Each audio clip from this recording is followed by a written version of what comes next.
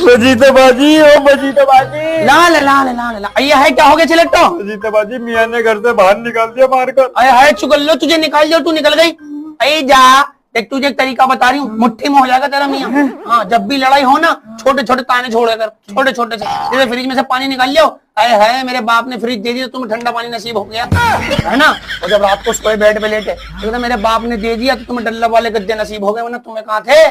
और जब उठ के चलने लगे गाड़ी लेके सुबह ऑफिस, ना मेरे बाप ने गाड़ी दे दी तो तुम्हें नसीब हो गए, वरना तुम्हारे कहाँ नसीब में गाड़ी चलाना थी। और जब तेरी सास सोने के बुंदे पहनी भी हो ना, तो एकदम अपने मियां से कहो तो वही वाले बुंदे ना जो मेरी अम्मा ने दिए थे दहेज में। हाँ हाँ हाँ, समझ रही। हाँ, छोटी छोटी बातों में जलील कर, झोंपड़ी का सीधा हो जाएगा, एकदम मुट्ठी में आ जाएगा, समझ रही। लिख लूं सब बात। हाँ हाँ, पूरे दहेज की लिस्ट बना के ताने मार। हाँ, दहेज एक लानत है बहनों, खूब ताने मारो इनके।